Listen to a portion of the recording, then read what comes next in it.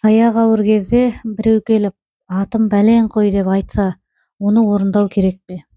Егер ол шариғатқа қарсы есім ұсынбаған болса, қоюға болады. Ол төс кейде нақты емес, сіздің қалауыңызды көрген болуы мүмкін. Ал егер келген адам атаңыз, апаңыз болса, оның өмірі қаралады.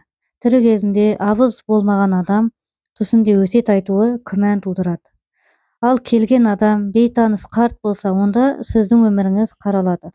Мүмкін сіз құрсағыңыздағы сәбиді өте армандап күткен боларсыз.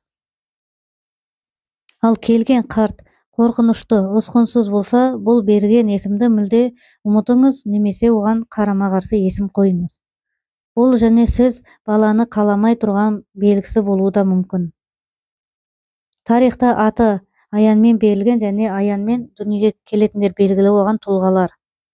Пайғамбар Мұхаммад Мұстафа саллаллаху алейхи вассалам және Иса пайғамбар алейхи вассаламның аналары түстерінде пайғамбарға жүкті болған және олардың есімін солай Мұхаммад деп қою керектігі жайлы аян алған туралы хадистер бар.